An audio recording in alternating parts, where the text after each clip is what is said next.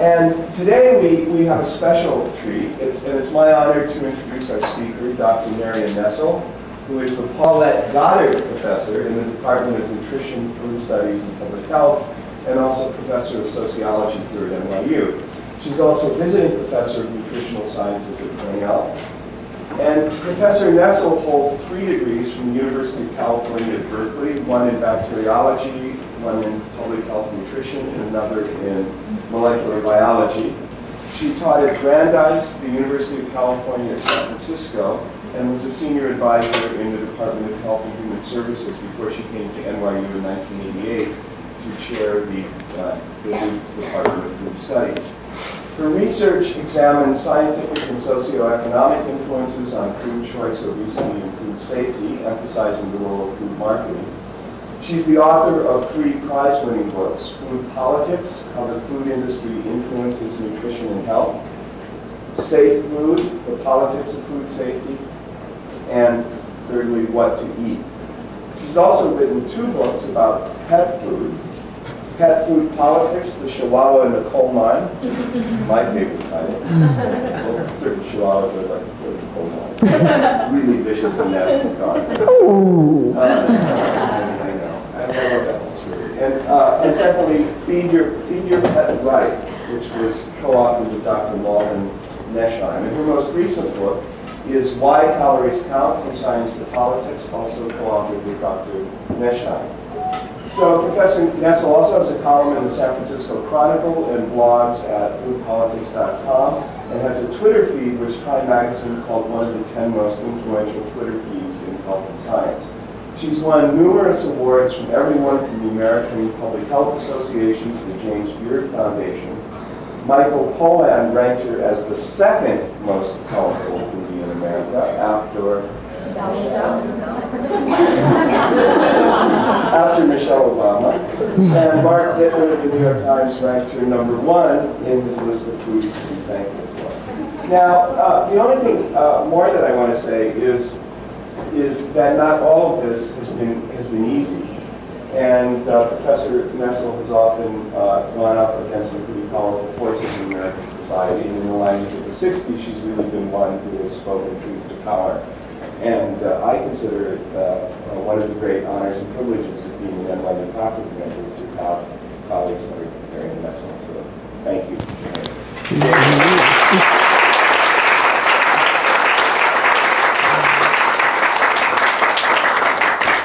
Thank you, Dale, for that embarrassing introduction. I thought I should explain about Paulette Goddard. You're all way too young to know who she was, but she was a really glamorous movie star who was married, or perhaps not married, sequentially to Charlie Chaplin, Burgess Meredith, and Eric Maria Remarque, who wrote All Quiet on the Western Front. And she moved in very intellectual New York circles, had no heirs. And the rumor that I heard, and I wish it were true, I'm just so hoping it's true, is that she left $20 million in jewels to NYU. So I like that. I don't know what the ethics of that is, but it sounds pretty ethical to me. I was asked to come and talk about the ethics of food and nutrition, and I'm really happy to do that. I am not an ethicist, but I've been thinking about ethical issues in the field for a long time because a colleague of mine, Kate Clancy, who was then at Cornell in the 1980s, wrote a paper in which she asked questions that for many nutritionists were very provocative. Was it ethical for food companies to make a profit from junk foods?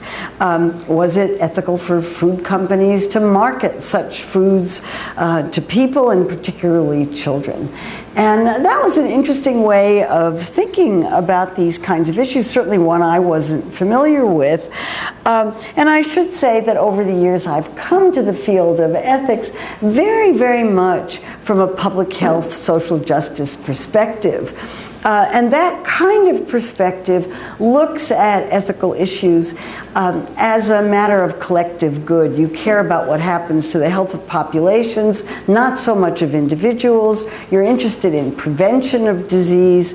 Government action is almost always involved in public health activities, and you measure the success of the activities by the health outcome of the people involved. Those of you who are trained in ethics will see right away that this is a highly consequentialist and utilitarian view of ethics, and in such, it comes up against and confronts other kinds of ethical frameworks. And I'll give some examples of exactly how that works in practice as I go on.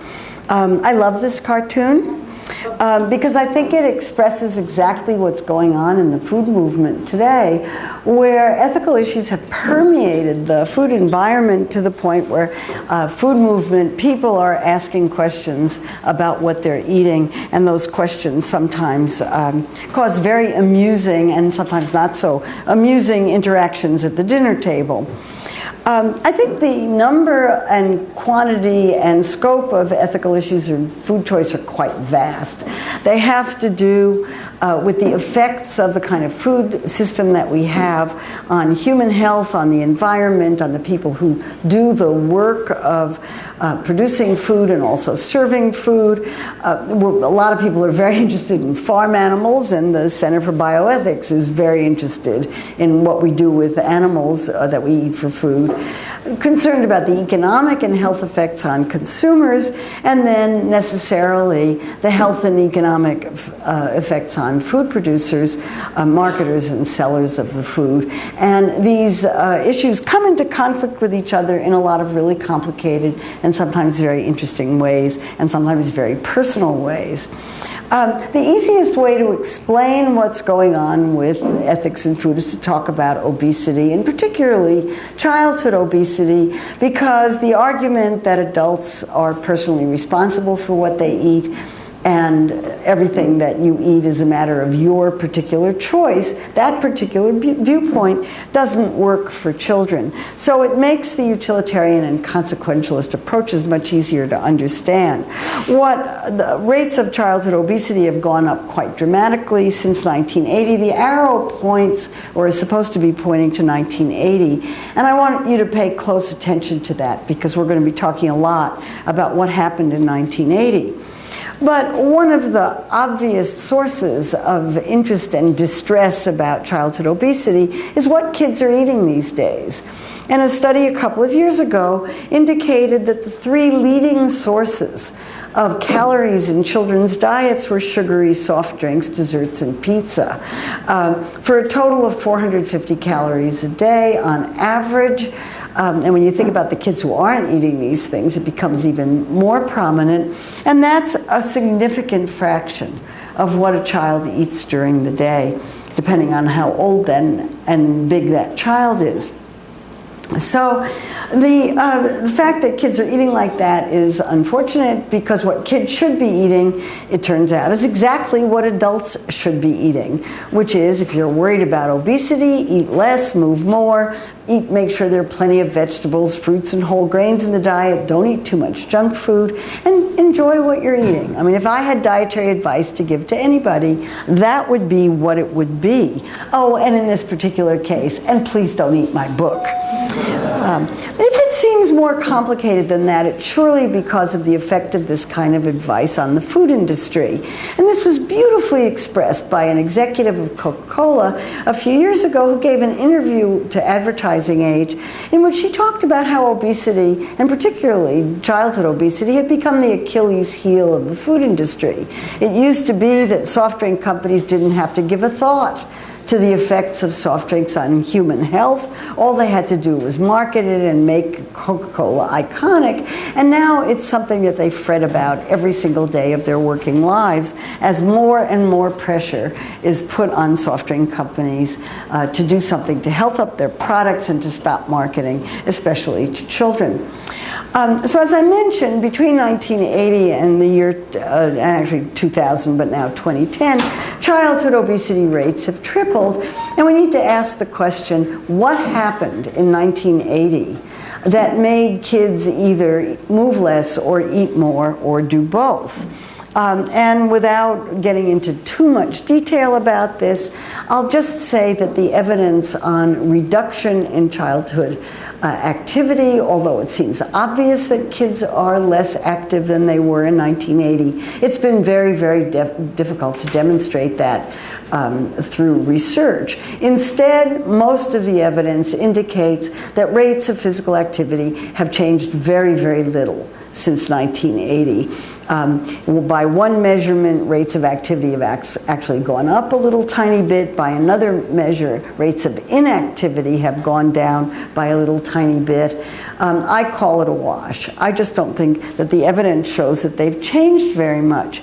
But the evidence is very clear that people are eating more calories than they were in the early 1980s. And there are two sources of data for that.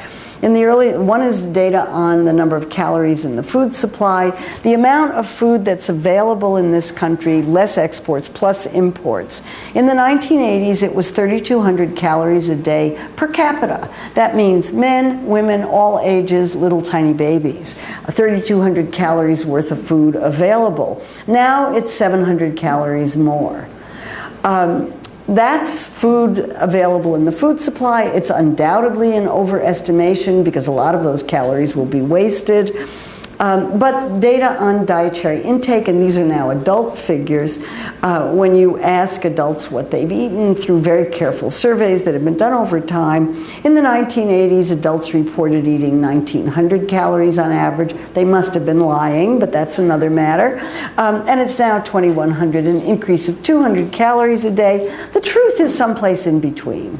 We don't really know what it is, but something on the order of 200 or 300 or 400 calories a day per capita is the number of calories that researchers estimate must have been consumed in excess in order to account for the amount of obesity that we now have in this country. So the question is, what happened in the early 1980s that caused people to start eating more than they had before? And I think the answer is deregulation, and I want to mention 3 different kinds of deregulation, all of them quite remote from people's day-to-day food choices. The first is deregulation of agriculture. Up until the early mid-1970s, the Department of Agriculture paid farmers not to grow food. It paid farmers to keep land fallow in conservation in order not to have an oversupply of food that would depress prices. And the result of the change in policy that occurred in the 1970s, farmers were urged to grow corn row to corn row and were paid on the volume of food they produced, resulted in mountains of corn and in a sea of farm subsidies, something that continues to this day. And that, of course, accounted for the increase in calories in the food supply. If you look at a longitudinal graph of the number of calories available in the food supply from 1910 to 2000, the amount fluctuated at about 3,200 a day, plus or minus a couple of hundred, until 1980, when it went up to the present 3,900. And this plot accounts for the amount of waste, even if it's 1,000 calories later. As the Department of Agriculture says, it's still a great surplus of food. There's a lot of food available, and the availability of that much food made the food industry more competitive. It was just harder for food companies to sell their products in an environment of such abundance. A second form of deregulation made the food industry even more competitive, and this was deregulation of Wall Street, a change in the way Wall Street evaluated corporations that shifted from high marks to blue chip stocks, companies that gave long, slow return on investment, to an insistence that companies provide immediate higher returns to investors. And the result of that was that Wall Street evaluates corporations now on the basis of growth. And if you open up the business pages this week, you'll see that the quarterly results are coming in, and you can see all of there's a big headline today about how Google didn't meet its quarterly growth targets, and its stock price dropped dramatically today.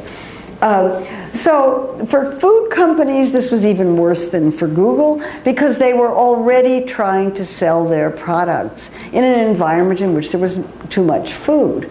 And now they would have to not only sell their products and make a profit, but they'd have to grow their profits every 90 days. Very difficult to do. So that made food companies fiercely competitive. And what they did then was to change the food environment in order to be able to sell more products. And that resulted in a social change that most people didn't even notice at the time. Now, they were given a break by the government at about the same time, in about the early 1980s, after President Reagan came in as president on a deregulatory agenda. Food marketing was deregulated in a particularly interesting way, and there was an allowance to begin much more active and much more forthright marketing to children, and the result was that companies began to put much more money into marketing to children. And also in the following years, health claims were deregulated, dietary supplements were deregulated, and the FDA's authority to regulate a lot of this was undermined as their funding was cut back. So the result of that were a lot of changes in the way people eat in America. And the first big change was that people began eating out more. Because there was so much food available, food was cheap, and it became possible for a lot of people to eat out more. A lot of that stimulated the growth of fast food companies, and much of the increase in expenditure between 1980 and 2005, in this case, on food spent outside the home was accounted for by a growth in fast food places. A second one, and I think the one that's by far the most important, was an increase in the size of portions in the food supply. This is my former doctoral student, now Dr. Lisa Young. At her thesis defense, when she talked about sizes of portions in the food supply, that's what she did her thesis on. And the white cup on the left is a standard Department of Agriculture, a standard serving size for a soft drink. It's 8 ounces and holds about 100 calories worth of sugary soda. The double gulp on the right, she bought all the rest of those cups at the Angelica, and the one on the right, if it didn't have too much ice in it, holds 64 ounces and 800 calories. And the research shows that that double gulp is not usually passed down the aisle and shared by whoever is sitting there. It's usually consumed by one person. So if I had one thing that I could teach, or one take-home lesson that I wish that everybody would get, it's that larger portions have more calories. If it's not intuitively obvious, you're going to have to trust me on that one. It's not intuitively obvious. Most people think if it's in a container, it has 100 calories, and I can prove that with research. This is Lisa's figure on the increase in size of food portions in the food supply, her measurements from the mid-1960s to 2005, and you can see that starting in the early 1980s, the introduction of large-sized portions grew, and they went up in parallel both with the percentage of overweight in the population and with the number of calories in the food supply. My own view is you don't have to need any fancy explanations for rising levels of obesity beyond portion size. It's really as simple as that. Another thing that food companies did was to make food really widely available. And I don't know when Duane Reade turned into a supermarket, but it is, and you can go to Bed Bath & Beyond and you can't get out of there without buying a candy bar. And Staples now has a food section for office snacks. The more food that's available, the more people buy from it. There's research that backs that up. And another factor was low prices, because there was so much food available, and because the government subsidizes certain food commodities, prices are very low, so you have this completely ridiculous situation where you can go into McDonald's with about $5 and buy 5 hamburgers, or you can buy 1 salad. And so you have to ask the question, what's that about? Isn't that bizarre?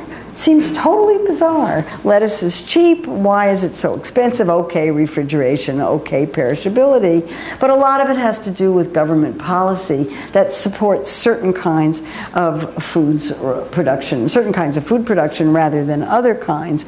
And one of the interesting things about this is that poor people in this society have the view that fruits and vegetables are expensive, and they're always complaining about how much they cost. Well, you know what? They are expensive relatively, and the Department of Commerce has produced these comparative graphs from 1980 to 2009. Always 1980. It's the baseline for all of this. That shows an increase in the indexed price of fresh fruits and vegetables by about a factor of about 40% since 1980, whereas the indexed price of beer, butter, and sodas has gone down by 15 to 30% or so forth. Again, this has to do with public policy that promotes agricultural production and corporate health and does much less to promote public health, an ongoing problem these days. So we have this situation where it looks like the government, sometimes in collusion with health professionals and certainly with the food industry, has created a food environment that encourages people to eat more than they should. And this was the thesis of a book called Appetite for Profit, written by a lawyer in San Francisco named Michelle Simon, who wrote about the pressures on food companies. And she described the pressures on food companies for advocates who want them to stop marketing to children, from regulators who want to tax them and do other bad things, lawyers who want to sue them for making everybody fat, and Wall Street that simply wants them to make money. And it's not that food companies were sitting around a table saying, how can we make Americans fat? Food companies were sitting around a table saying, how are we going to increase our profits in this kind of food environment? And so food companies' responses to these kinds of pressures were at first to do nothing, as the Coca-Cola executives said, then to go through all the stages of death and denial and just deny that they had anything to do with it. And then they began doing two things. They began to change their products to try to market them more heavily, and I'll say a little bit about how they do that. And then behind the scenes, they began fighting back. And I'm going to talk about some of the private and public ways in which they do that. Lobbying, attacking advocates, blaming inactivity, blaming personal responsibility, and attempting to co-opt critics are standard techniques for trying to undermine what health advocates are trying to do. And you can ask the question about all of these things: are these things ethical? And by what standards are they ethical? So let me start with the most obvious, which is advertising. It's very difficult for somebody like me to get figures on the amount of money that food companies spend on advertising specific products. But every year, Advertising Age has a couple of revelations, and this is from the most recent. The figures that are given here are in millions of dollars, and so this means that Coca-Cola spent $267 million in 2011 just to advertise Coca-Cola, and just through advertising agencies. There are lots of other ways in which food companies market their products. This is just through advertising agencies, so it's countable. $35 million to advertise Tostitos, $42 for Frosted Flakes, $51 for Pop-Tarts. These are millions of dollars, numbers that are way too big for somebody like me who gets an academic salary to even comprehend. And does this advertising work? Yeah, it does. Otherwise, they wouldn't do it. Another way in which food companies try to market their products is through health claims. People want to be healthy. People want to buy foods that they think are going to make them healthy. And what I'm showing here are a bunch of products. We can argue about how healthy or not these products are, but The gummy bears are labeled as organic. The Skippy peanut butter is, which I think is a lovely product, is advertised as reduced fat. Give me a break. The PepsiCo products are advertised as trans fat free. And then you have these sugary cereals that are going to do wonders for kids' health. There are now plenty of studies that show that people who buy these products and look at these labels consider them to be signs of low calorie. Now, the research that's being done to find out these kinds of things is being done very recently, but believe me, food companies know this really, really well, and that's why they use these claims. It's just that they don't publish their research. So it's only in recent years that researchers have gone in to try to repeat the marketing research that food companies have known about for many years. Food companies market their products particularly in low-income minority communities. And there are now several reports on how they are deliberately targeting low-income minorities for many of these not particularly healthy products. So these kinds of things induced a colleague who's a pediatrician in Boston and I to write an article for the Journal of the American Medical Association with this provocative title, and our conclusion was you have to be really careful about partnering with food companies if you're worried about obesity, because the goals of the food industry are just like the goals of any other corporation. They have to make a profit. That's their job. And if public health interferes with their making a profit, they're going to be opposing public health, and I'll give you some examples of that. So let's talk about Michelle Obama, who quite rightfully is the country's most important foodie and has taken it upon herself in her role as First Lady to try to do something about childhood obesity. I thought she was astonishingly courageous, and it was just thrilling for me to have somebody at the level of the White House interested in the same kinds of things that I am. I thought it was just great. Very, very early on in her tenure as First Lady, the White House appointed a task force on childhood obesity, solving the problem of childhood obesity within a generation. And that task force report, which came out in March 2010, set the agenda for what Mrs. Obama was going to be trying to do. And the way that she was going to do it was this Let's Move campaign. I thought Let's Move was a brilliant title for the program. Let's Eat Less wouldn't have gone over nearly as well.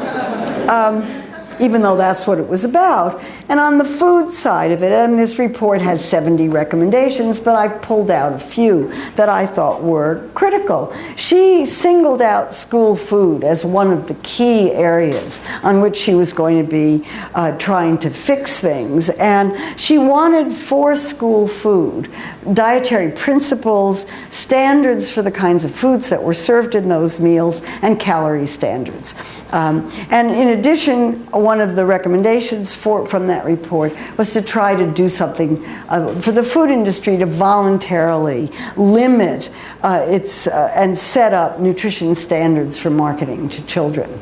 So they wouldn't be able to market foods to children that didn't meet those standards. So I want to talk about all of those, starting with the dietary advice.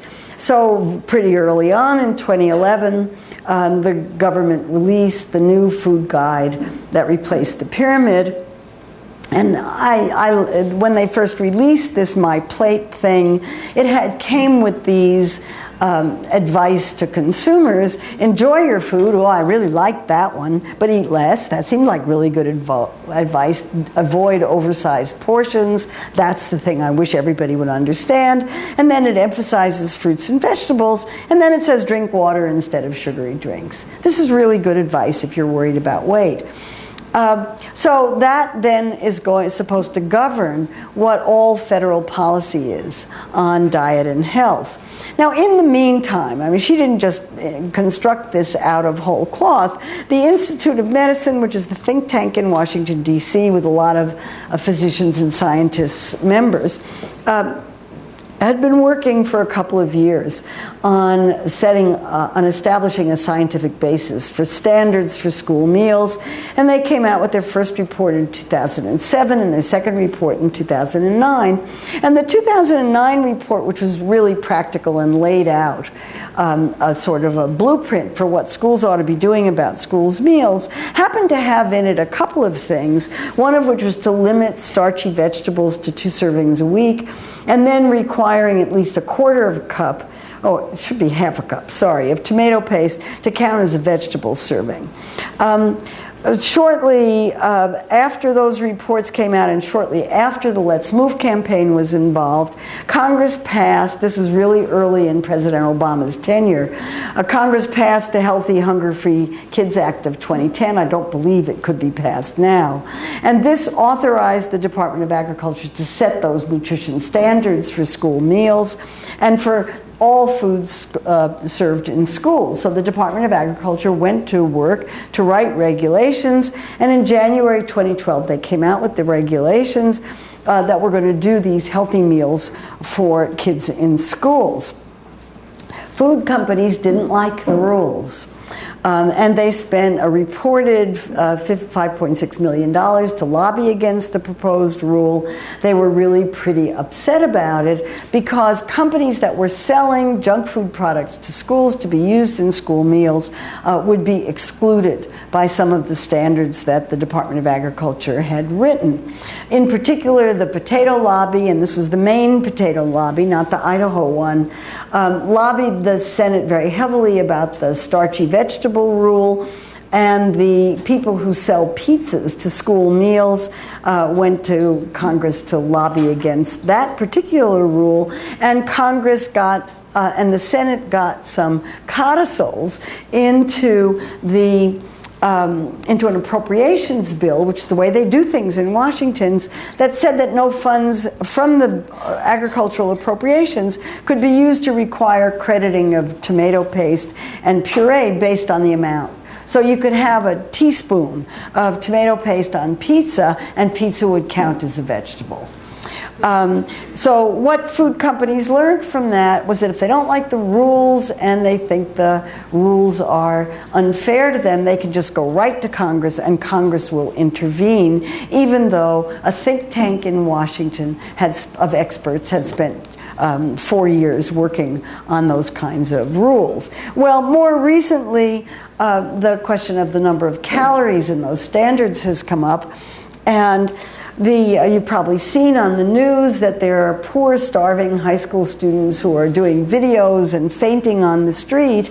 I mean, the videos are really funny.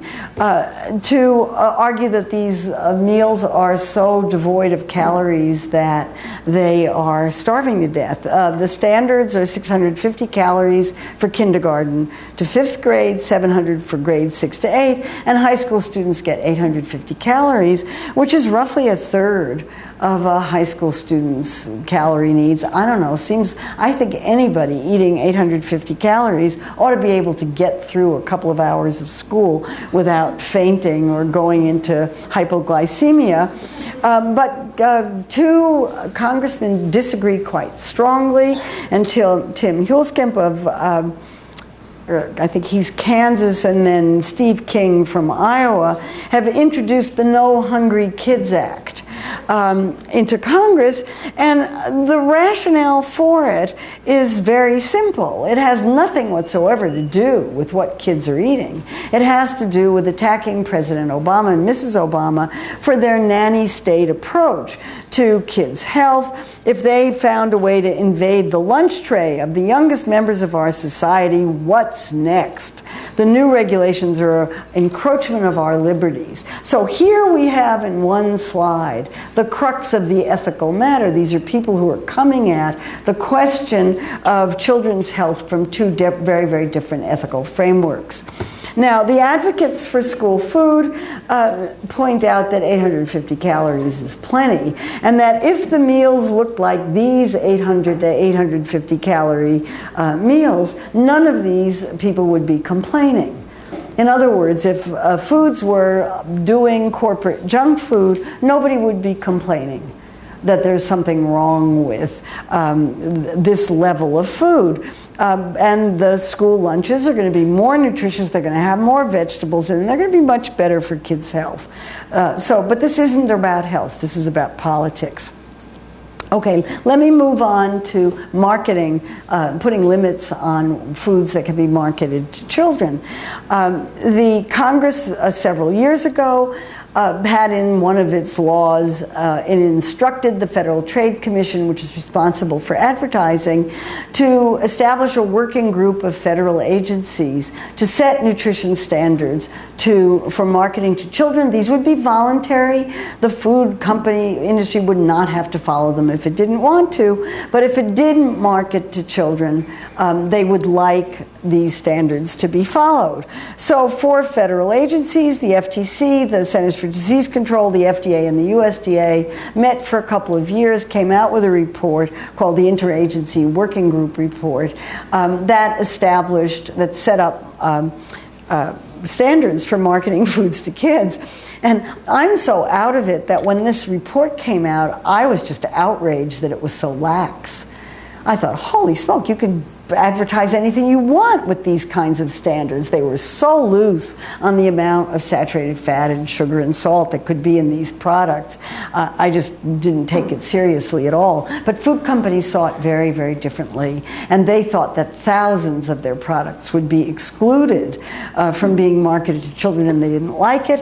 And the rumors are that they put $37 million into lobbying against it.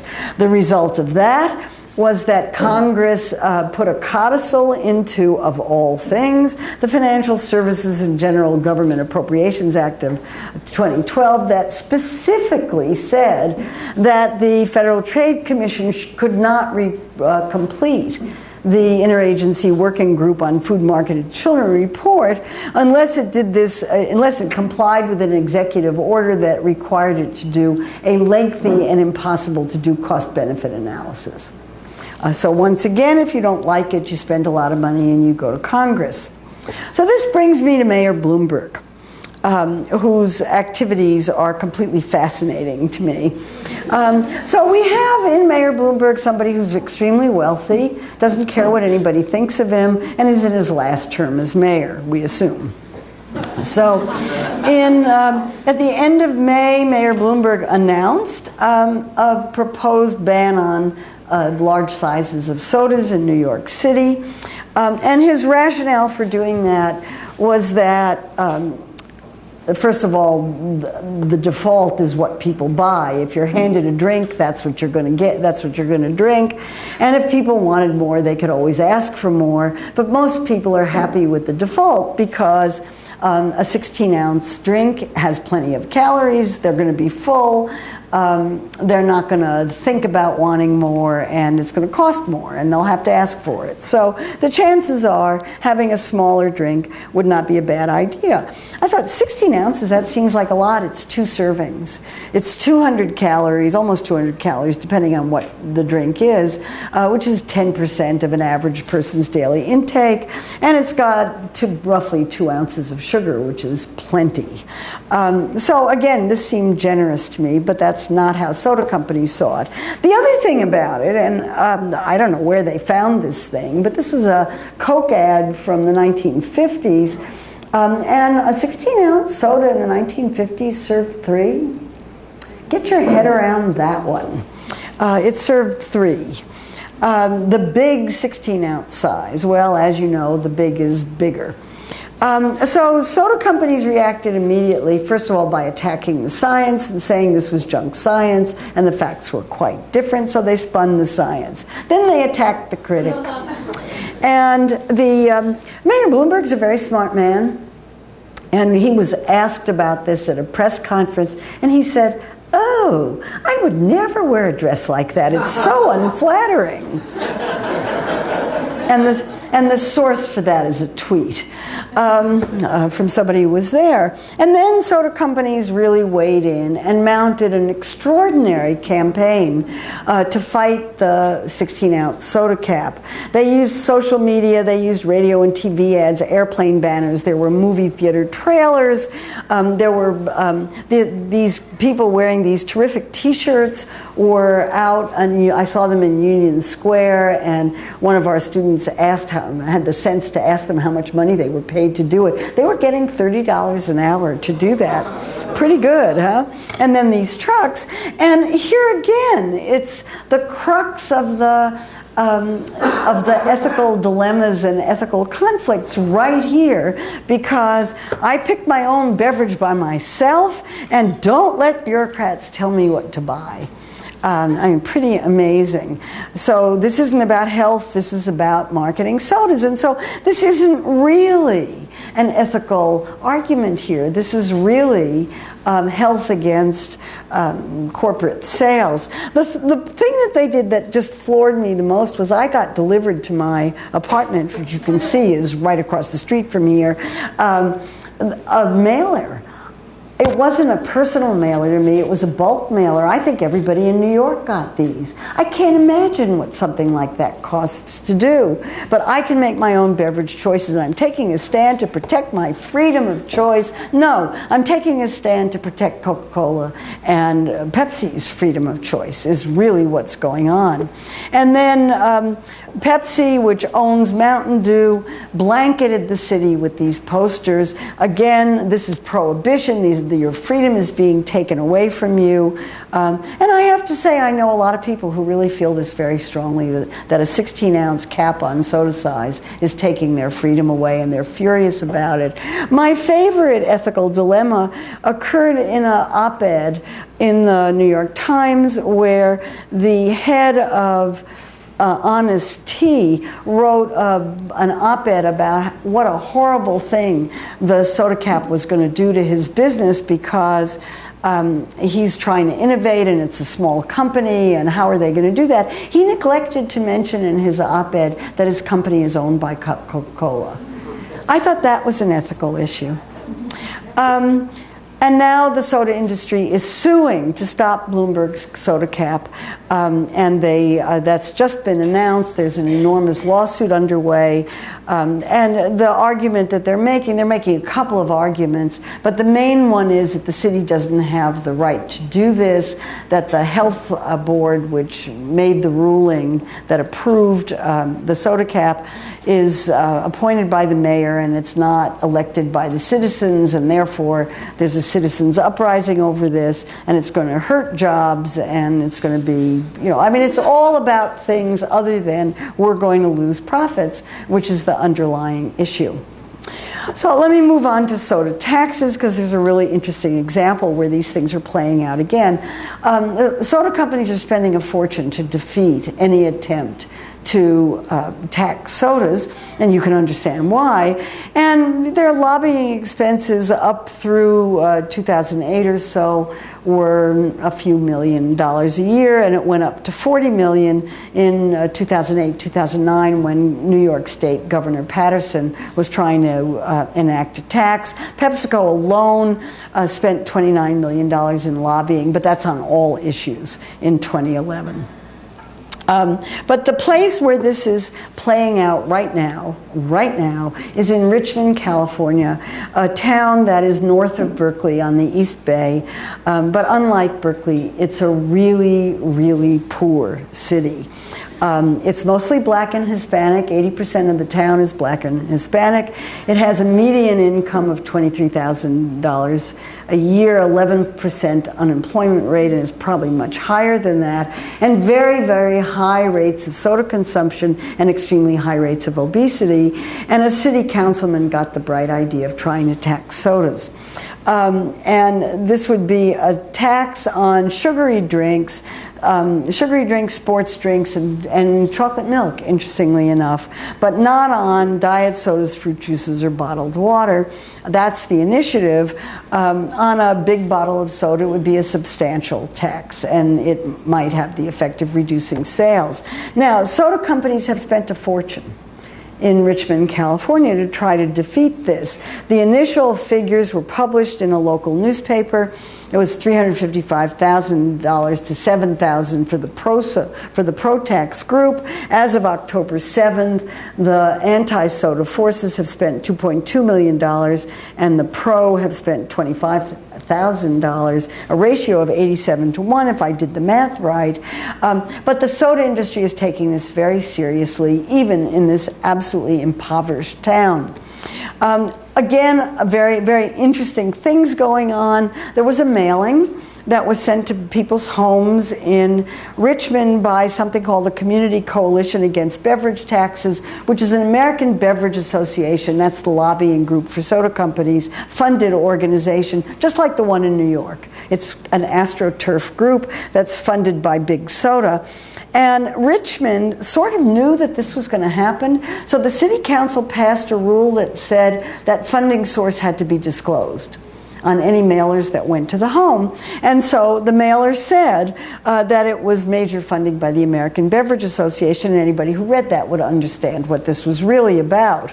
So the American Beverage Association's funded organization sued. When in doubt, either go to Congress or sue.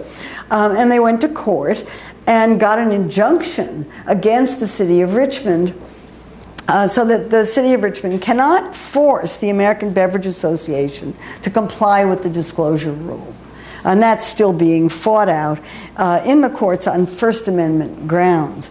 So this is fierce, fierce lobbying to defeat these kinds of public health measures with using First Amendment, using vast amounts of lobbying fund, and using a clouded Congress as a result. Okay, one more thing, and that has to do with whether the food industry is part of the problem or part of the solution in rising obesity rates and in malnutrition in developing and emerging economies. The food industry says, yes, we're part of the solution. Public health people say, no, you are not, stay out. And Pepsi is sort of a flashpoint for this for a number of reasons. This is the head of Pepsi, who a few years ago decided that she was going to turn Pepsi into a wellness company and change the product mix and change the things that they were advertising. That didn't last very long because the stock went down and the stockholders got really pissed. And so even though they tried to establish the first consistent global approach and tried all these different things, the stockholders got really annoyed when Pepsi slipped to the number 3 soft drink below Coca-Cola and Diet Coke. And at that point, the stockholders went berserk and noticed that pictures of her changed from, she's really a pretty woman, and this is not a pretty picture. And they just were really upset about what was happening, and Pepsi then made a commitment to put its advertising dollars back into its core sugary products. Now, the reason why Pepsi and all Coke and all soda companies are as upset as they are is because sales of traditional soft drinks are going way down in the United States. But they're going up everywhere else in the world, and there's a good reason why they're going up. Every company, every major food company has moved its marketing offshore and is reporting this in the business pages quarter after quarter after quarter. So here's Pepsi with profits that doubled on overseas sales. Coke, where overseas sales lifted earnings, especially in India, 20% increase in India. Here's Nestle, no relation, which is working on China and Saudi Arabia. And bought a drug unit because it had entry into those kinds of markets. Kentucky Fried Chicken is working in Africa. McDonald's is expanding in India and China and every place else. And I just saw that Kentucky Fried Chicken is going into Myanmar as well. So this would be fine, except that obesity rates in developing and emerging economies are going up quite dramatically, just as they are here. As people in these economies get a little bit more money, they want to buy international junk foods. They're doing that with exactly the result that you would predict. And in every country, in which there are still high rates of malnutrition of the undernutrition type. There are now rising rates of obesity. So that leaves us with lots and lots of things to talk about from an ethical standpoint.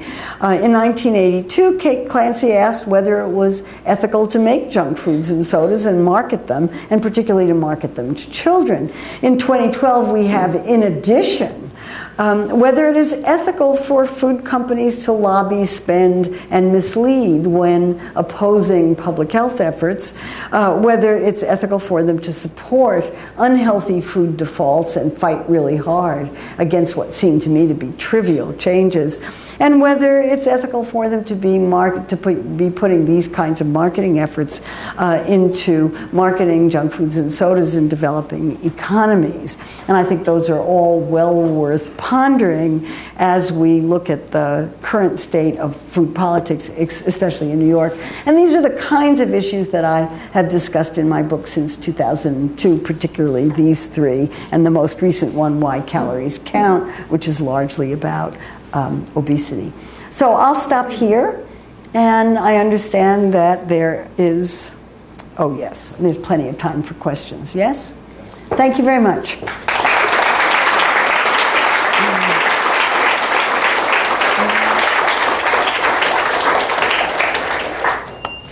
So Marion will take her own questions, but I may intervene if necessary. He promised if you yell at me terribly, he'll intervene. Way in the back.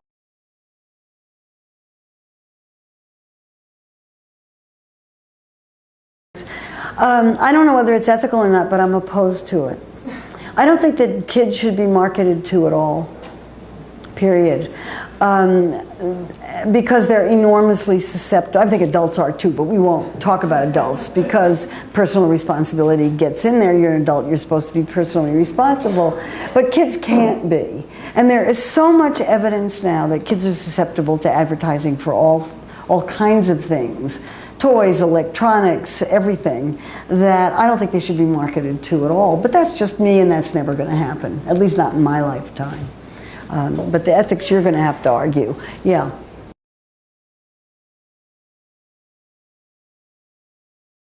Oh, I'm totally in favor of labeling GMOs. I think it's a no-brainer.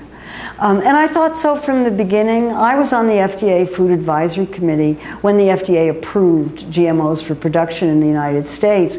I was one of 4 consumer representatives on the committee. And we said, you got to label this stuff. If you don't label it, it's going to be bad for the industry, and it's going to be really bad for you, FDA, because consumers are not going to trust the companies, and they're not going to trust you. And also by that time, this was 1994, and also by that time, there was already plenty of evidence that if the products were labeled, people would buy them. And there was even more evidence that came out shortly after that, because the first company that was going to market a genetically modified tomato had a great big label on it. In my book, Safe Food, The Politics of Food Safety, I reproduced that label. There's an illustration of it in the book. I still have it in a file someplace. And they were going to advertise it as a product of the best of American technology, something that would save water use in California, and other kinds of things that seemed really consumer friendly. It never occurred to them that there would be any problem about selling their products under those conditions. And in the United Kingdom, there was a genetically modified tomato paste. I've got a picture of that in there too someplace, that just said genetically modified tomato paste right on the front of it. And the grocery stores, Sainsbury and Safeway, had spent a year kind of breaking consumers into the idea that these things were coming. They priced them below standard tomato paste. They flew off the shelves. You know, it was effortless. Really, you know, there were a few people who seemed like crackpots who were opposing it, but basically it was not a problem. And then Monsanto sent genetically modified corn and soybeans to Britain without telling anybody, and that was the end. And the retailer said, we're not going to sell this stuff. We don't need to. We don't have to. But I picked up a candy bar in Great Britain that says may be made with genetically modified corn, soybeans, or sugar. Those are being sold. It's a Hershey's product, by the way. If Hershey can do it there, it can do it here. McDonald's in Italy talks about that, whether its products are GMO or non-GMO. And the world hasn't come to an end. So I've always thought that yes, it has to be labeled. The argument against labeling is that there's nothing wrong with GMOs. They don't make anybody sick. It's not a health issue. I think even if it's not a health issue, there's still plenty of reasons for labeling it, and it ought to be labeled. Yum.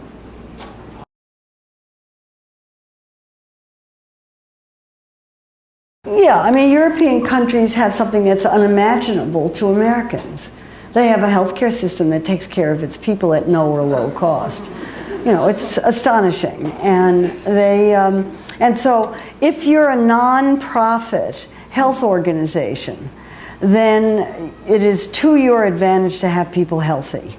It's just as simple as that. And the only place in the United States where I see that is in Kaiser Permanente and in Seattle, in whatever the HMO is in Seattle that's so good. And these are organizations that deliver health care to very, very large numbers of people for not for profit.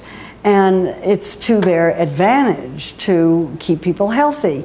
It can't be done here because nobody wants to go first.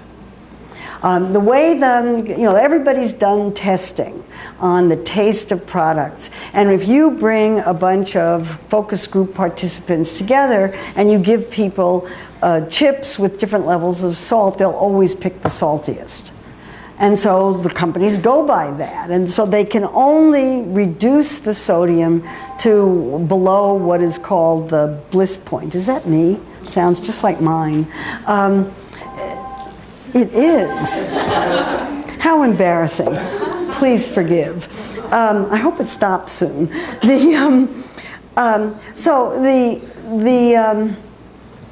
What they say is, I mean, Michelle Obama, as part of Let's Move, met with all of these food companies, and they're all willing to do it if everybody else will do it at the same time.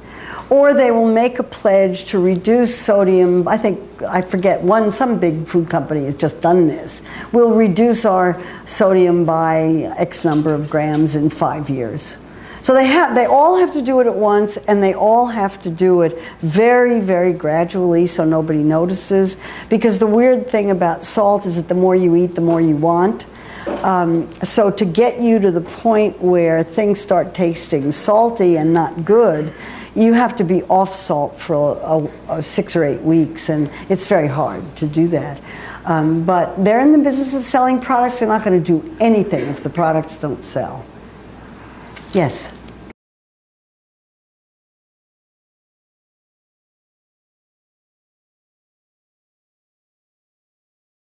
Oh, sure. They're called Republicans. Yeah. No, I mean, the Republicans said when, and also some of my best friends are Republicans, never mind. When President Obama was elected, the Republicans said, starting right now this minute, our job is to make sure he's not reelected. And that's been their goal. And so anything that they can do to create an emotional appeal to get people to vote against Obama is what they're going to do. That's what this is about. It's an election year.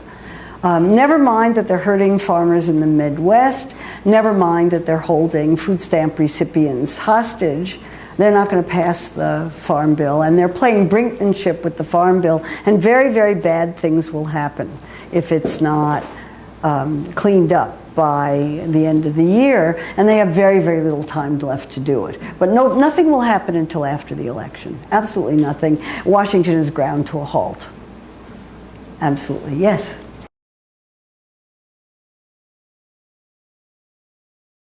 Yeah, he's not doing anything about obesity.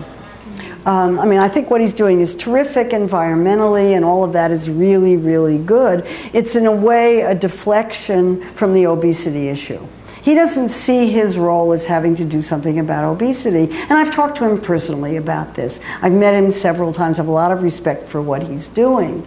But the first time I went to Chipotle, I was with a woman friend who looked at the burrito and said, "It's the size of a baby." You know? And when I talked to Steve about it and he said, "It's not my job to do this. We have our business model is people come and tell us how much they want. And if we try to restrict the amount they want, they won't buy our products. It's the same issue." So he can't do anything about obesity, so he's going to do things about those other things and get lots and lots of moral and ethical points for doing that. It doesn't help on obesity. It's a personal. Chipotle is personal responsibility. It's your responsibility to be faced with delicious, fresh, wonderfully sourced food and decide to pay the same amount for a smaller amount as you would for a larger amount. There's something wrong with that picture. Way in the back.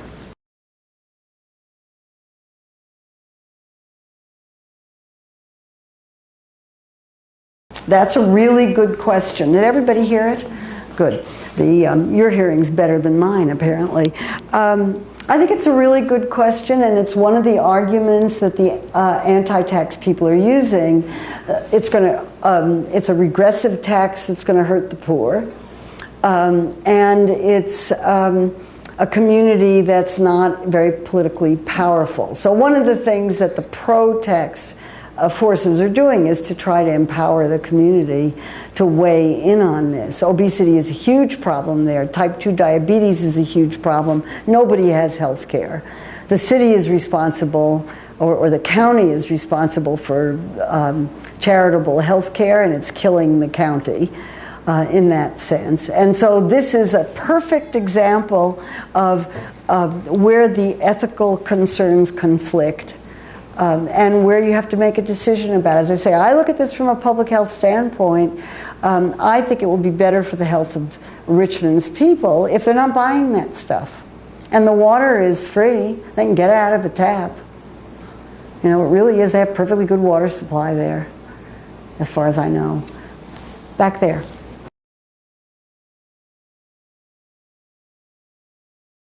I probably made it smaller.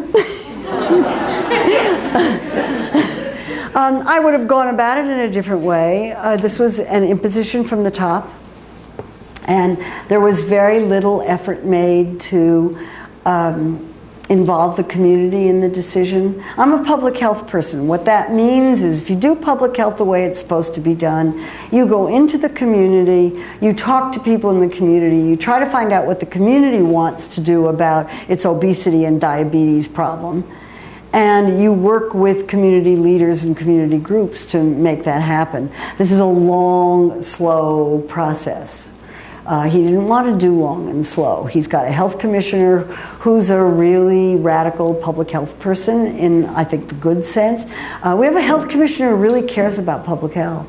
He looks at the rates of obesity and diabetes and heart disease in New York and says we can do better than that and wants to do something about it. Everybody knows that soda is a flashpoint. It's an easy target. It's sugars and nothing else.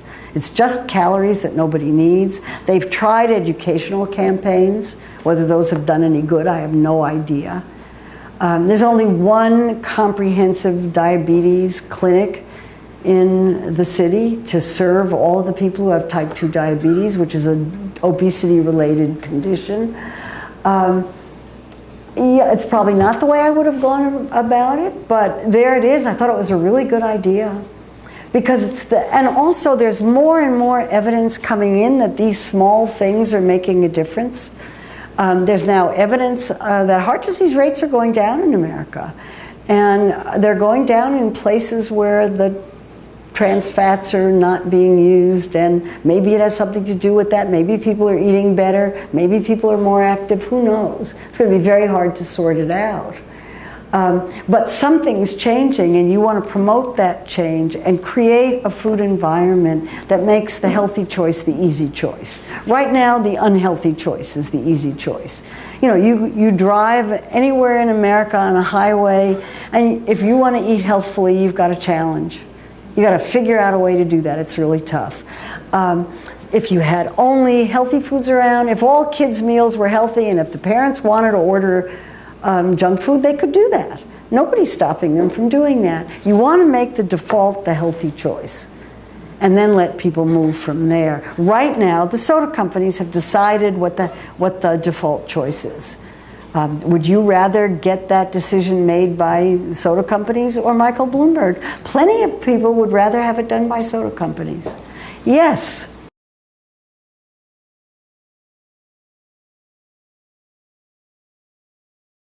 You're gonna have to put up with a transition period, I think.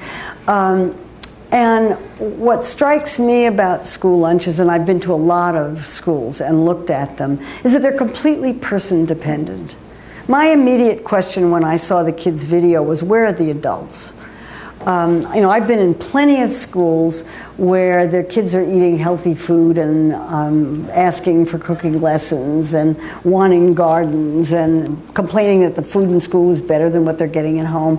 And many of those are city schools in New York City. I've also been in schools where nobody cares what the kids are eating, and it shows. So your kid goes to a school where the adults aren't doing their job, I would say. If there were adults in that school who really cared what kids were eating, they would be doing what it takes to work with kids to understand what's going on. They're not in your school, I'm sorry, and that's really too bad. There are schools like that, and there are schools where things are happening that would just blow your mind. I mean, it's the most amazing thing I've ever seen. Teenage boys eating salads in Bushwick. You know, incredible, and asking for more, and having I mean, if the food is reasonable, the kids will eat it. They really will. And these are kids who are being marketed to by companies that are spending billions of dollars a year to get kids to think that they're supposed to eat junk food, that junk food is normal, and that they know more about what they're supposed to eat than adults do. That's what the marketing is supposed to do. I think that should be opposed. And I think it should be considered whenever you see these kinds of things happening. I would teach those kids to recognize marketing for what it is and try to make the food so it tastes something like something they are interested in. And I've seen plenty of schools where that happens. Here.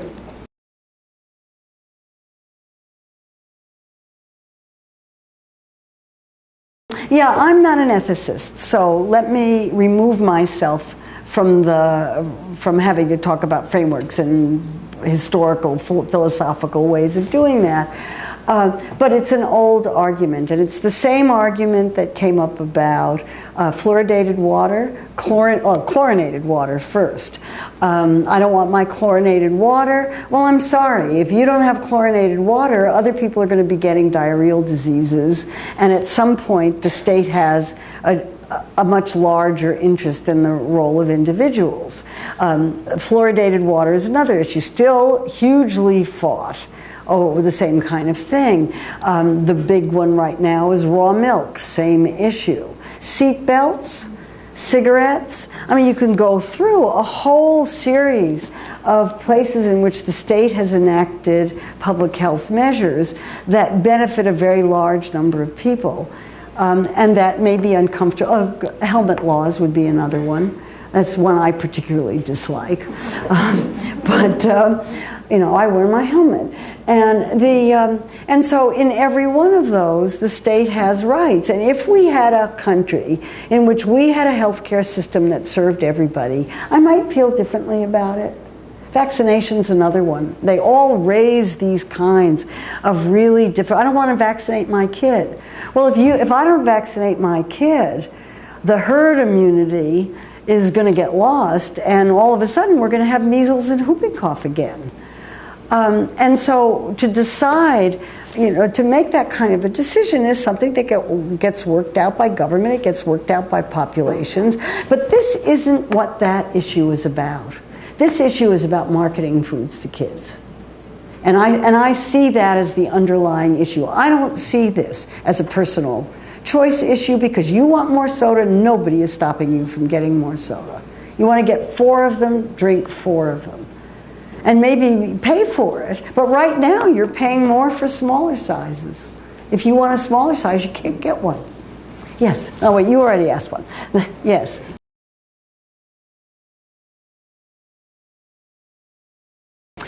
I think there are lots of cities and communities that are trying to do this. This happens to be a place with an unusual configuration. And this is the second health commissioner that under Bloomberg who's been just like this. The first guy was just as good and just as forceful and just as concerned about public health. He's now head of the Centers for Disease Control. So a very unusual, 2 really outstanding public health leaders, plus this unbelievably rich mayor, who thinks that what they're doing is great and drinks lots of soda. Never mind. You know, nobody's perfect. And nobody's saying that sodas are poison. It's just the amount of them. That really is the issue. Yes, there are communities elsewhere. There was a group in Connecticut. There's a group in San Francisco. I think lots of small communities. There's another tax initiative in California in a little town called El Monte that's largely Hispanic. I think that in cities and counties where there are huge rates of type 2 diabetes, which is a mess and expensive to take care of, that people will be looking at ways to try to fix the environment so people don't get as sick. I just see it coming. Whether the soda tax will pass or not pass, hard to know. It's a population that doesn't usually vote, so that's a big issue too. That's why there's a lot of community organizing around. It's really interesting to watch from a public health standpoint. Here.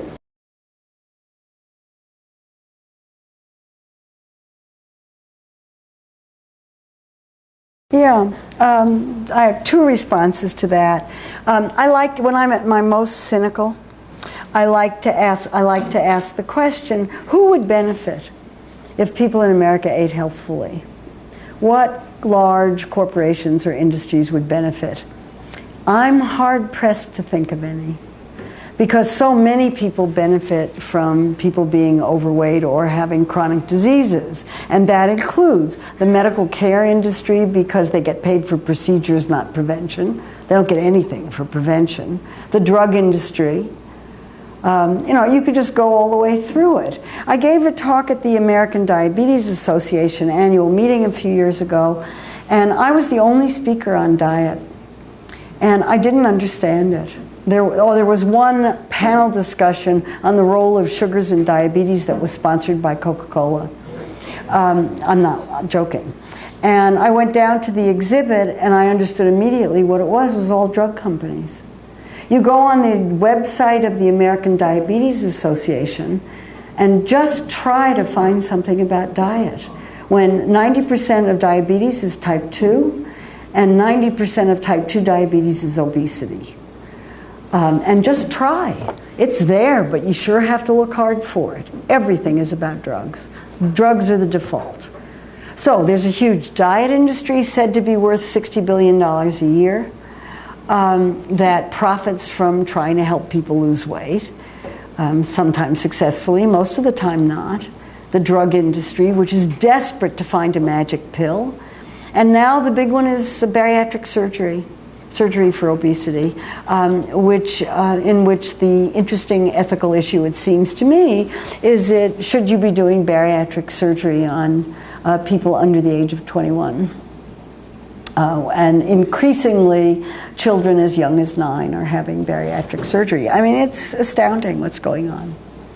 So I think there are huge issues in there, way in the back.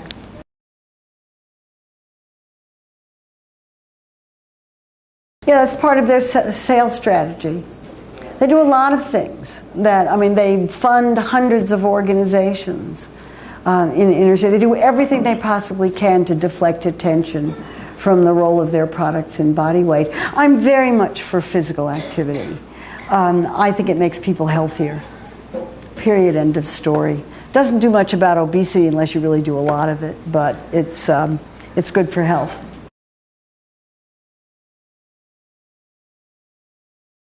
I like them. I think they're good for the environment. So, there.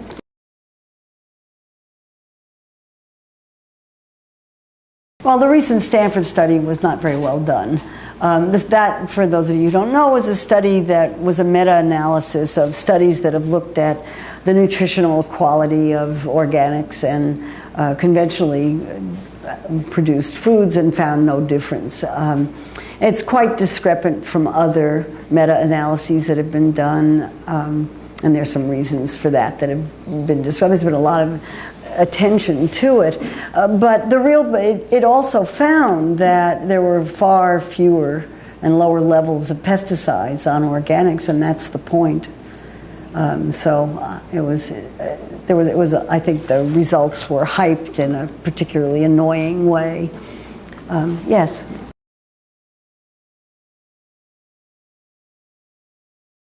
I know there's at least one school in Brooklyn that does community outreach, that has a CSA, community-supported agriculture, that brings people in, and is trying very hard to work with the community around some of these issues. I think community gardens are a really great way to do that, and there's a big focus on that. I mean, community organizing is hard, but it's really worth it. The person next to you.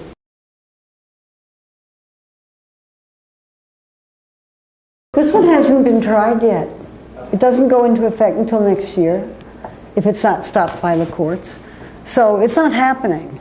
And there's no data on whether it's working. There's no data on whether there's compliance. There's no data. I think other communities will be looking at it, but it's too soon to tell. So, yes?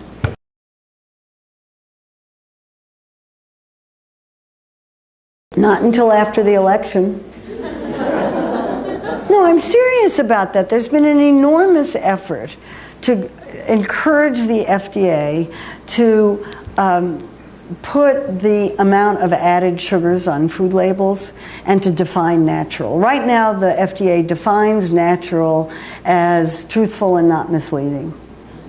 And you can't have added artificial colors or flavors in it. So if it's not artificial, if the color or flavor or whatever it is doesn't have the word artificial in front of it, then it's okay and you can call it natural. There's a lot of fuss about that. But the FDA is paralyzed at the moment, as are all federal agencies. Nothing will happen until after the election, and even then it's only going to happen if Obama wins. So, because the Republicans are going to not do any of that. And they say so. I'm not just predicting. That's what they say. Yeah.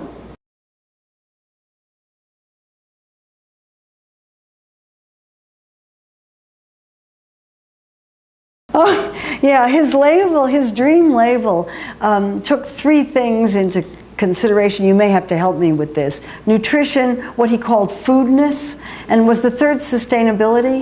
Welfare. Welfare.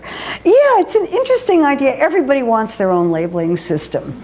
I just was at a conference this week in which 3 different people got up and talked about the new labeling system that they're doing. Whole Foods has a brand new one, traffic lights, but no red traffic lights, which I thought was very funny. The restaurant Uptown Rouge Tomate has its own labeling system. What Bittman's system is it combines not only the usual things that go on food labels, like the nutrients, but also the degree of processing. That's what he calls foodness. And then things like animal welfare and how the workers are treated and all kinds of other things. How you would assess this for 35 or 40 or 50,000 products in supermarkets, I have no idea.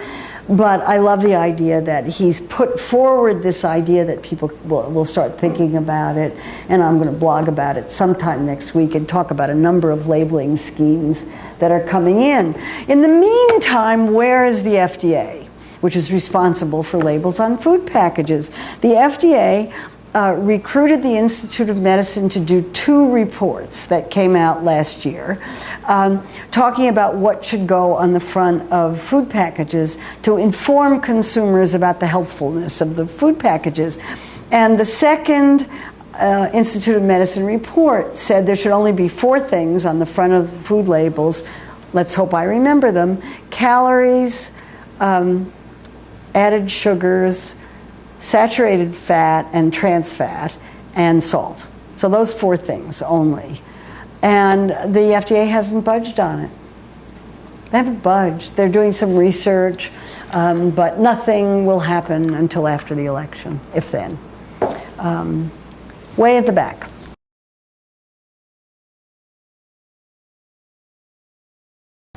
It's what Michael Pollan called the organic industrial complex some years ago.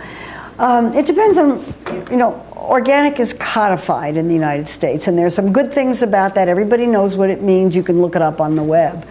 The bad thing is it's codified, which means that the more spiritual aspects, if you like, of organics that were propelling favorable attitudes towards organics in the first place, that have to do with sustainability, and we can argue about what that means. But sustainability, replenishment of soil, not damaging the environment, paying workers decently, what Mark Bittman's wellness piece includes, were part of organics from the beginning, but they got dropped in the organic rules, which are strictly on what can be added during production and what can't, and the business about outdoors. And that loophole, I think, has now been closed. The business about how animals had to be allowed access to the outdoors. They didn't actually have to be outdoors.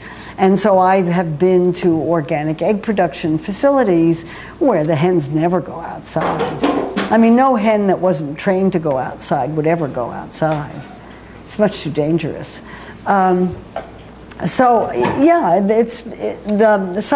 the more spiritual aspects of organics got lost in the codification, but it's what we have, and it's better than nothing, I think.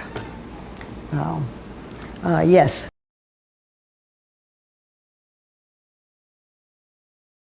Well, I completely agree, and I hope I wasn't being offensive. I use obesity as a shorthand for a complicated concept, which is raising of risk. And there is no question that not all obese people have type 2 diabetes or any other disease, and there are plenty of obese people who are quite fit and fitter than a lot of thin people. But it is also true that overweight raises the risk for chronic diseases of one kind or another, and to deny that is to deny something that I'm afraid is factual. So I don't know how to do it in a better way. If you could think of a better way to do it, I'd appreciate it a lot without having to go through all that. But you're absolutely right. Yes?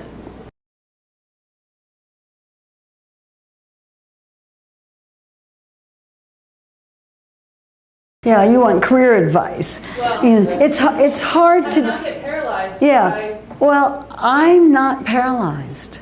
I'm enormously hopeful. I mean, here you are, sitting here. How could I not be hopeful? You're starting a public health career. That just fills me with optimism. I mean, seriously, I can look, Food Politics came out in 2002. Let's just talk about what's happened since 2002. Coincidence? I'd love to argue that Food Politics did this. Never mind. But let's just look at what's happened. First of all, let's start with the number of young people who are interested in food issues. In 1996, my department started a program in food studies. We were the only one in the country with that kind of academic approach to the study of food, undergraduate, master's, doctoral programs. We told our doctoral students, forget it. You'll never get a job in a university. If you're coming in to think that you're going to get a job in a university, forget it, because universities are very field intense, and this isn't a field any place else in the world. So there are no other food studies programs. You're not going to get a job as an academic. Almost all of our doctoral graduates have academic jobs. because right behind them came program after program after program. The programs have different names, they're in different places, they focus on different things, but there's academic training of people in food everywhere now. The number of magazines, the number of books, the rise in purchases of organics from 0 to, what, $40 billion a year now. The number of CSAs, the number of farmers markets from a few to 7,000 or 8,000 now. The number of people who are going into farming. Oh my goodness, for the first time in the last few years, there are more farmers than there were the year before, and there are young farmers coming in. That's enough to make me turn cartwheels. The urban farming movement, there never used to be food grown on the roofs of warehouses in Brooklyn. That's new. You know, that's absolutely new. The number of restaurants that are specializing in organic, local, seasonal, sustainable food sourcing and proud of it and insisting on it. I mean, I just could go on and on and on. How could I not be optimistic under those situations? You figure out where your passion is and what you really love to do and go do it. You know, the schools. You know, I know you had a bad experience in your kid's school, but you go into a school where the adults have started a food program. It brings tears to your eyes. It's so beautiful because it looks so normal. The kids come in, they've got 20 minutes to eat, they pick up their tray, they get the food, they sit down, they eat it, they go back to school. And nobody is saying anything except that when the parents pick them up, they're telling the parents what they had for lunch that day. You know, and these are in schools in poor neighborhoods. You know, in Bushwick, in Bed-Stuy, I don't know about the Bronx. I've not been to a school in the Bronx that I think is very impressive, but certainly Brooklyn. And I heard the head of the head food guy from the Board of Education speak at this conference that I was at this week. He was really impressive. And I asked him, what are you doing about the schools where this just isn't happening? And he said, we're just doing them one by one. Well, I don't know how many there are. There are 1 million kids in the New York City school system, so one by one is going to take a long time. But they're doing it one by one. I think that's pretty terrific. I always think that a positive note is not only a good place to end, but often a rare place to end. Go out and do it.